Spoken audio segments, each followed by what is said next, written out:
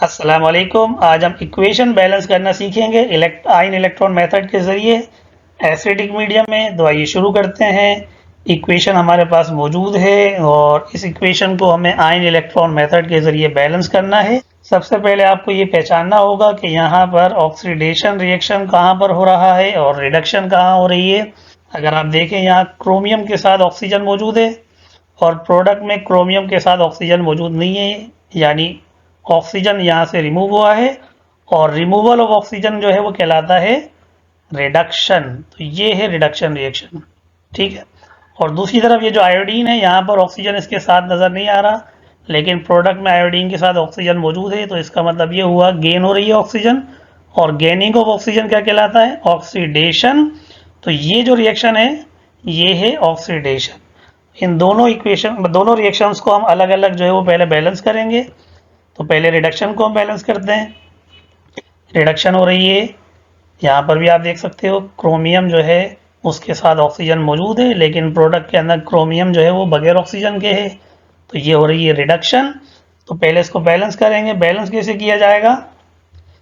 सबसे पहले हम मोल्स को या नंबर ऑफ एटम्स को जो है वो बैलेंस करने की कोशिश करेंगे। तो आप यहाँ देखें, क्रोमियम के साथ 2 लिखा हुआ है, इसका मतलब क्रोमियम के 2 एटम्स मौजूद हैं यहाँ पर। और यहाँ पर क्रोमियम के साथ कोई जो है वो सबस्क्रिप्ट मौजूद नहीं है, इसका मतलब यहाँ पे क्रोमियम है 1। क्रोमियम बैलेंस करने के लिए आप यहाँ पर लगाएंगे 2, ठीक है जी। तो इधर भी 2 क्रोमियम हो गए, यहाँ पर भी 2 क्रोमियम है। फिर अगली चीज़ है ऑक्सीजन। यहाँ पर ऑक्सीजन है 7। अच्छा, आप याद रखिएगा, ऑक्सीजन बैलेंस करने के लिए एसिडिक मीडियम में वाटर ऐड किए जाते हैं। तो यहाँ पर 7 ऑक्सीजन है, तो हम दूसरी साइड पर 7 पानी के मॉलिक्यूल्स जो हैं वो ऐड कर लेंगे। पानी के एक मॉलिक्यूल में 1 ऑक्सीजन है, तो 7 मॉलिक्यूल में 7 ऑक्सीजन हो जाएंगे। तो इसका मतलब इधर भी 7 ऑक्सीजन है और यहाँ पर भी 7 ऑक्सीजन है। लेकिन पानी ऐड करने की वजह से यहाँ पर हाइड्रोजन भी तो ऐड हो गए, 7 टू 14। तो 14 हाइड्रोजन बैलेंस करने के लिए आपको फिर इस साइड पर 14 एच आयन जो है वो ऐड करने होंगे, ठीक है जी। चूंकि ये एसिडिक मीडियम है तो hydrogen ion acidic medium show कर रहा है, तो हम यहाँ पर इसको हाइड्रोजन आयन के जरिए बैलेंस करेंगे हाइड्रोजन को। तो यहाँ पर भी 14 हाइड्रोजन और यहाँ पर भी 7 टू 14 हाइड्रोजन। हाइड्रोजन भी बैलेंस है। आखिरी चीज जो आपको बैलेंस करनी होगी वो है चार्जेस। तो यहाँ पर टोटल चार्ज आप देखो -2 है और यहाँ पर चूंकि +1 चार्ज है और 14 हाइड्रोजन है, तो ये होगा +14। प्लस के 14 और माइनस के 2, इसका मतलब इस साइड पर टोटल चार्ज है +12। यहाँ पर चेक कर लें, यहाँ पर क्रोमियम के ऊपर +3 है चार्ज और 2 से मल्टीप्लाई हो रहा है, इसका मतलब यहाँ पर टोटल चार्ज है +6। पानी तो न्यूट्रल है, इस पर कोई चार्ज नहीं है, तो राइट साइड के ऊपर जो टोटल चार्ज है वो है +6 और लेफ्ट साइड के ऊपर जो टोटल चार्ज है वो है +12।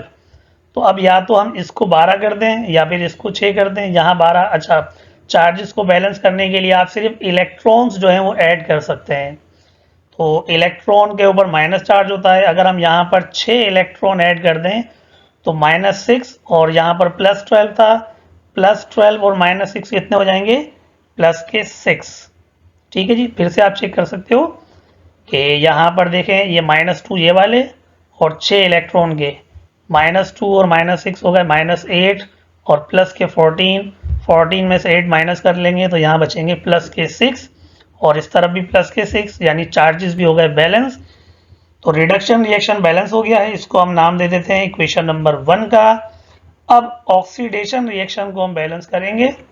तो आप देख रहे हैं ये है ऑक्सीडेशन वाला रिएक्शन। आयोडीन के साथ ऑक्सीजन नहीं है, लेकिन प्रोडक्ट में आयोडीन के साथ ऑक्सीजन मौजूद है, इसका मतलब आयोडीन ऑक्सीडाइज हुआ है। इसको बैलेंस करेंगे तो सबसे पहले मोल्स बैलेंस किए जाते हैं। यहाँ पर 2 आयोडीन है, यहाँ पर 1 आयोडीन है, तो आयोडीन को बैलेंस करने के लिए यहाँ पर हम लगाएंगे 2। आयोडीन 2 हो गए, लेकिन ये 2 3 से मल्टीप्लाई हो रहा है, तो ये ऑक्सीजन हो गए 6। और जैसा हमने ऊपर ऑक्सीजन को बैलेंस करने के लिए पानी के मॉलिक्यूल ऐड किए थे, तो हम यहाँ पर भी पानी के मॉलिक्यूल ऐड करेंगे इस तरफ, क्योंकि यहाँ पर 6 ऑक्सीजन है, तो यहाँ पर पानी के 6 मॉलिक्यूल्स ऐड किए जाएंगे। 6 मॉलिक्यूल ऐड करने की वजह से हाइड्रोजन भी ऐड हो गए, 6 टू 12। 12 हाइड्रोजन को बैलेंस करने के लिए इस तरफ आपको 12 हाइड्रोजन के आयन लगाने होंगे। अब मोल्स हो चुके हैं बैलेंस। अब आखिरी काम आपको करना है चार्जेस बैलेंस करने का। तो यहाँ पर तो कोई चार्ज नहीं है, देखें पानी भी जो है वो न्यूट्रल है, आयोडीन का मॉलिक्यूल ये भी न्यूट्रल है, तो इस तरफ कोई चार्ज नहीं है। और इस तरफ अगर आप चार्ज देखें 12 प्लस के हैं और 2 माइनस के हैं, 12 प्लस और 2 माइनस यानी प्लस के 10 हैं। यहाँ पर हमें यहाँ पर भी जीरो चार्ज करना है, तो हम यहाँ पर 10 इलेक्ट्रॉन ऐड कर देते हैं। ये माइनस के 10 ये, माइनस के 2 ये, माइनस के 12 और ये प्लस के 12, तो चार्जेस यहाँ पर हो गए जीरो, इस तरफ भी जीरो हैं, चार्जेस बैलेंस हो गए। इस इक्वेशन को हम नाम दे देते हैं इक्वेशन नंबर 2। अगला काम आपको क्या करना है, इन दोनों इक्वेशन को करना है ऐड। लेकिन ऐड करने से पहले आपको एक चीज ध्यान में रखनी है, वो क्या, जितने इलेक्ट्रॉन्स यहाँ होने हैं उतने ही इलेक्ट्रॉन्स आपको इस इक्वेशन में करने हैं। यानी दोनों इक्वेशन के अंदर नंबर ऑफ इलेक्ट्रॉन बराबर होने चाहिए।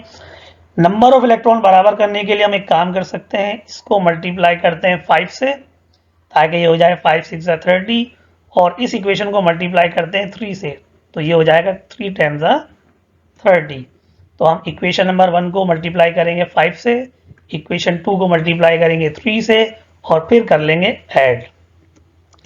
इक्वेशन 1 ये रही, इसको हमने 5 से मल्टीप्लाई करना है, तो यहाँ पे भी 5 आ जाएगा, ये 14 5 70 हो जाएगा, और ये 5 6 30 हो जाएगा, ये 5 2 10 और 5 7 35। इक्वेशन 1 को मल्टीप्लाई कर लिया 5 से।